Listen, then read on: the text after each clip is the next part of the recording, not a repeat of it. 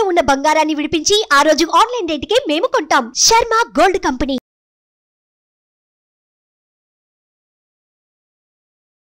నమస్తే, welcome to Suman TV. నేను మీ యామ్ని. ప్రస్తుతం మనతో ఉన్నారు ప్రముఖ ఆధ్యాత్మికవేత్త, జ్యోతిష్య రత్న డాక్టర్ శ్రీమతి కోనాల భాగ్యలక్ష్మి గారు ఉన్నారు. అమ్మతో మనం మాట్లాడదాం. నమస్తే అమ్మ. నమస్తే అమ్మా. అమ్మ, ఈ ఏప్రిల్ నెలలో అసలు మకర రాశి వారికి ఏ విధంగా ఉండొచ్చు, అలానే రాశి వారికి సంబంధించి పరిహారాలు కూడా తెలియచేయండి అమ్మ. ఓం గణపతే నమః. శుక్లాంబరధరం విష్ణుం శశివర్ణం చతుర్భుజం ప్రసన్నవదనం ధ్యాయే సర్వ విఘ్నోపశాంతయే. ఓం గణపతే నమః. శ్రీమాత్రే నమః. ముఖ్యంగా ఈ 1/4/2024 30/4/2024 ఏ విధంగా ఉండబోతోంది ద్వాదశ రాశుల వారికి అనే విషయాన్ని ఇప్పుడు ఒక్కసారి మనం పరిశీలిద్దాం. 2వ తారీఖున బుధుడు వక్రంలోకి వెళుతున్నాడు. అదేవిధంగా చూసినట్లయితే 10వ తారీఖున మీనరాశిలోకి వెళ్తున్నాడు మళ్ళీ బుధుడు. అది ఆ విధంగా బుధగ్రహ సంచారం ఆ విధంగా ఉంది. 14వ తారీఖున రవి మేషరాశిలోకి వెళ్ళబోతున్నాడు. 24వ తారీఖున మీనరాశిలోకి కుజుడు ప్రవేశించబోతున్నాడు కుంభం నుంచి. 25వ తారీఖున శుక్రుడు తను ఉన్నటువంటి మీనరాశి నుంచి మేషంలోకి ప్రయాణం చేయబోతున్నాడు. ఇది ఈ యొక్క ద్వాదశ రాశుల్లోని గ్రహ సంచారం యొక్క ప్రయాణాలు, విశేషమైనటువంటి ప్రయాణాలు ఇవి.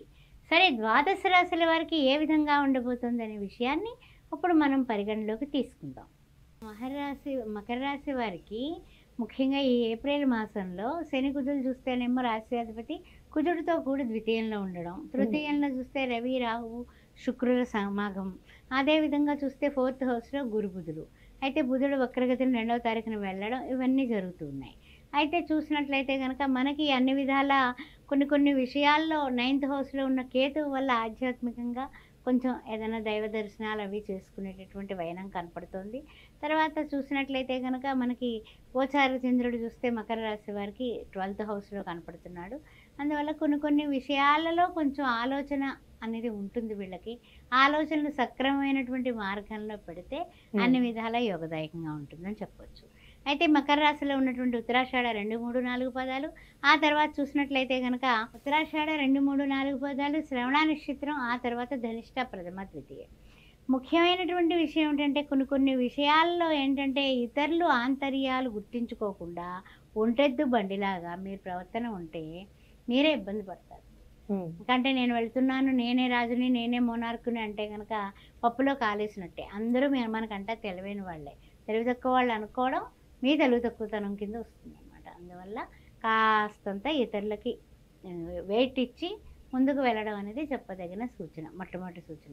రెండవది ఏమిటంటే కనుక చిన్న అనారోగ్య సూచనలు కనపడుతున్నాయి. జాగ్రత్తగా ఉండండి. ఆరోగ్యం భాస్కరాదిచ్చేత్ సూర్యభగవానుడికి నమస్కారాలు చేసుకుంటూ ఉండండి. ఆ తర్వాత ఇంకొక ముఖ్యమైన విషయం ఏంటంటే కనుక స్నేహవర్గం వాళ్ళు మీకు ముఖ్యమైన పనులన్నీ కూడా చేసి పెడతారండి. ఇంకా అందుకంటే ఏం కావాలి చెప్పండి. స్నేహవర్గం వాళ్ళు మీకు అన్ని విధాలా కూడా సహకారం అందిస్తారు. మంచి పనులన్నీ మీకు చేసి పెడతారు. అందువల్ల స్నేహితులతో కాస్తంత ఇంకాస్త ప్రేమగా ఆత్మీయంగా ఉండడం అనేది చెప్పదగిన సూచన. అయితే ఉగాది తరువాత ఏ విధంగా ఉండబోతోంది మకర రాశి వారికి అనే విషయాన్ని తెలుద్దాం. 9వ తారీఖున ఎలాగా ఉగాది మనందరికీ తెలుసు. కొత్త సంవత్సరం, క్రోధినామ సంవత్సర శుభాకాంక్షలు.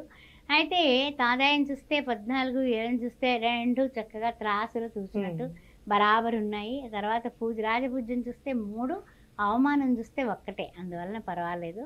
తర్వాత విషయానికి వచ్చినట్లయితే కనుక ఏప్రిల్ 13 నుంచి 23 వరకు కొంచెం అంటే ఏంటంటే ఒక నలుగుడు రవి వలన కుజుడు వలన కూడా కొంచెం దోషం అనేది కాస్త ఎక్కువగా కనిపిస్తుంది. తర్వాత విషయం ఏంటంటే కనుక ఈ నెలలో కుటుంబంలో సఖ్యత అంతంత మాత్రంగా ఉంటుంది. కారణం ఏమిటంటే కనుక మన ప్రవర్తన వలనే.